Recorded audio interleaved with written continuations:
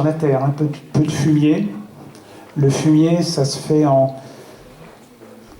différentes techniques possibles. Soit on entasse quantité de feuilles dans les chemins creux, ça pourrit pendant l'hiver et puis on utilise ça après. Soit dans les champs, on accumule un mélange de terreau de terre et d'autres choses. Et à l'automne, on va étaler tout ça. Mais il y a la manière de bien faire et de moins bien faire. Alors pour bien faire, l'idéal c'est, donc on est en automne, faire cela de nuit, au clair de lune.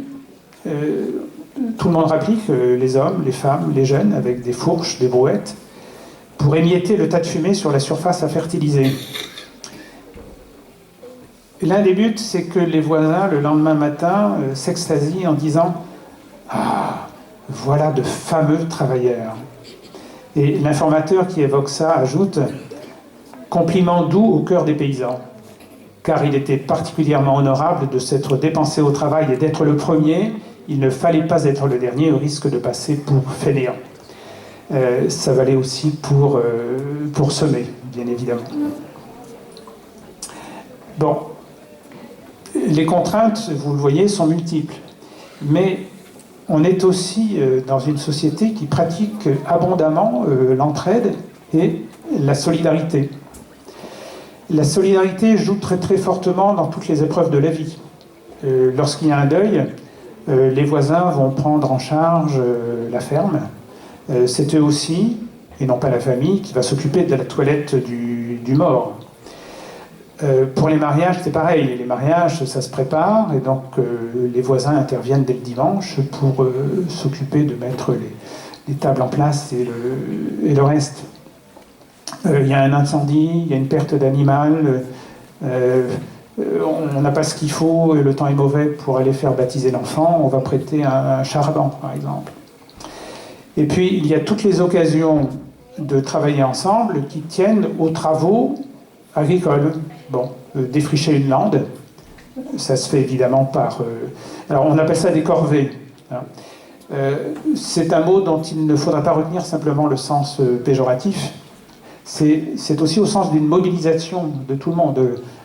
Tous les voisins sont là, et non seulement tout le monde vient, mais tout le monde est content de venir, parce que si on n'était pas invité, ça veut dire qu'on serait considéré comme incapable.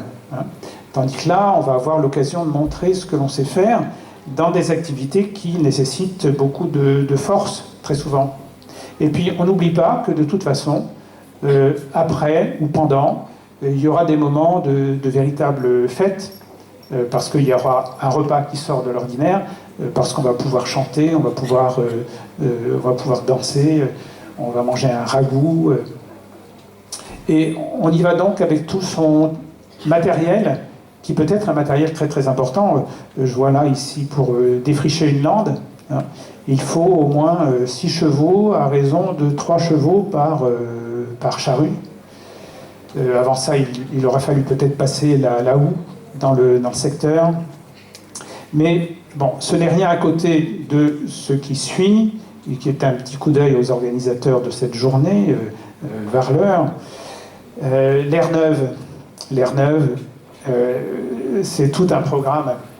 Ces aires neuves, c'est ces zones dures, situées dans une cour, sur lesquelles on battait au fléau avant que ne soient inventés d'autres moyens. Elles ont existé à Languidic jusqu'en 1904-1908. Ça se fait au printemps, c'est très long, ça s'étale à peu près sur une quinzaine de jours. C'est un travail considérable, parce qu'il faut apporter des masses de choses, des masses de terre, des masses d'eau, pour refaire une surface qui a souffert. Hein. Donc on commence par casser l'ancienne aire neuve, et puis on la refait, en apportant avec quantité de charrettes. Alors, il y a des charrettes qui transportent de l'eau, des charrettes dans des barriques d'eau, et d'autres qui apportent de la terre. C'est toute une organisation. Alors, le fermier, le pitot qui refait son aire, va offrir le repas. Bon. Mais il n'offre pas la boisson. Donc il y aura des débitants autour qui permettront de se désaltérer.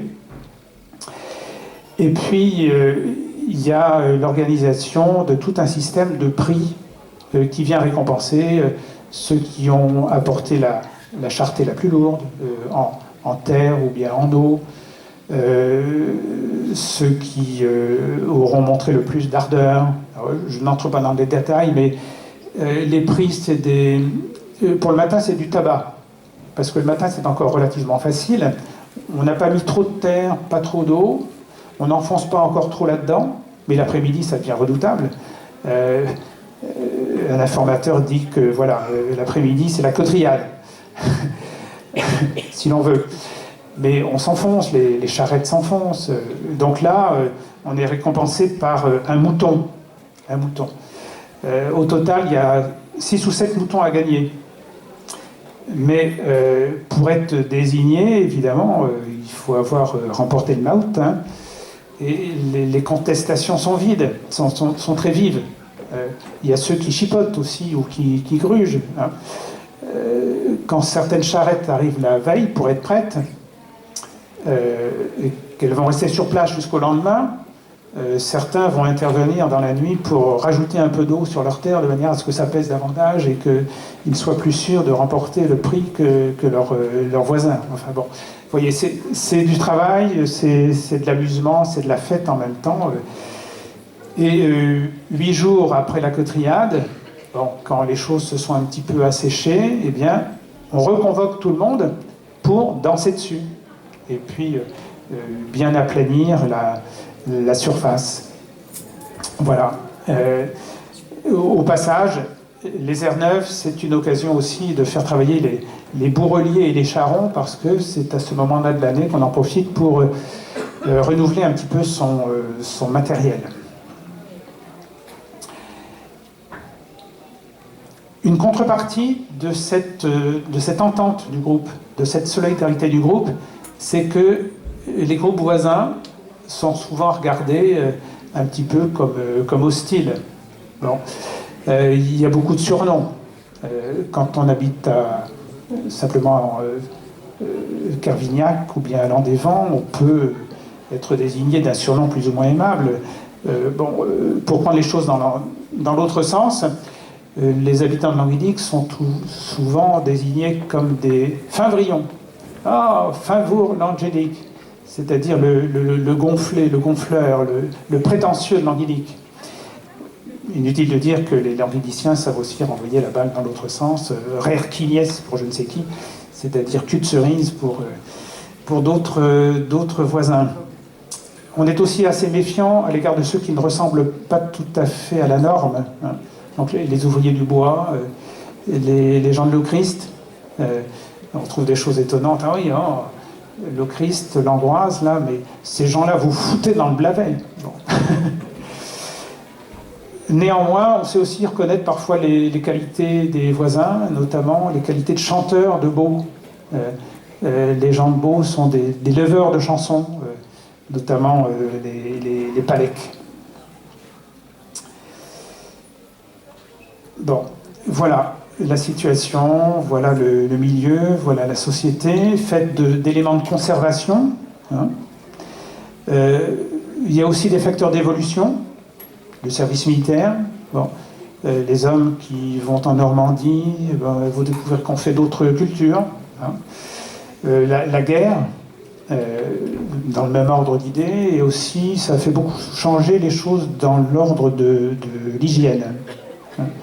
Et l'hygiène avait des progrès considérables à faire quand on pense que les enfants, jusqu'en 1905-7, les nouveau-nés étaient emmaillotés. Enfin, emmaillotés, c'était des bandelettes, et ils ressemblaient à de véritables momies. Ces bandelettes leur prenaient tout le corps, y compris les bras. Hein. Et si on changeait le bas, par la force des choses, le reste, non.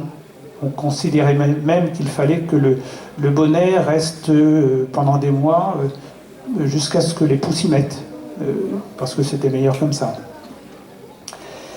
Ce qui fait évoluer aussi, c'est la mécanisation de l'agriculture. Les manèges vont venir, les batteuses, les javeleuses, tout cela. Donc cette enquête des Guilchers, c'est une enquête qui est importante pour la connaissance des milieux traditionnels. On a peu d'enquêtes de ce type réalisées à un moment où ces sociétés-là vont disparaître.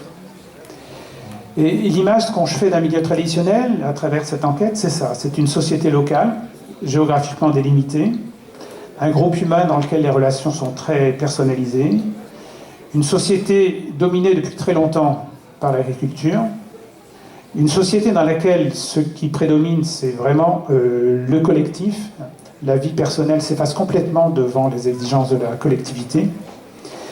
On a souvent un sentiment de différence par rapport aux collectivités voisines. Et puis, la culture, au sens large du terme, est dominée par la tradition, au sens où c'est un ensemble de savoirs, de connaissances qui se transmettent de génération en génération sans être examinés de manière critique. Alors, ce milieu, dans son état d'avant la guerre de 14-18, commence à subir des transformations qui vont tellement s'accélérer qu'elle va être complètement bouleversée au point de la rendre difficilement concevoir un siècle plus tard. Mais la compréhension qu'on peut en avoir par une enquête comme celle-ci permet d'en conserver le sens déjà, dans une perspective historique, et puis aussi de mieux comprendre, vous qui dansez, qui chantez, ça permet de mieux comprendre les formes culturelles dont on a hérité, qui continuent à nous intéresser, mais qui continuent à vivre dans un autre cadre, d'une toute autre manière que celles qui les ont vues naître. Il me reste, pour finir, à vous faire entendre, si c'est possible, une courte chanson de l'une des informatrices, Madame Enaf, née à Nagéano, dont les parents et elle-même tenaient commerce à Languilic. Elle avait noté un certain nombre de chansons dans son cahier à elle, qui date de 1918, et elle en chante une qui est de tradition plus familiale sur des événements familiaux. Elle dit elle-même d'abord que c'est un texte qui est incomplet. Elle est née en quelle année Combien, Monique? 94 ou 95. 80 94 ou 95.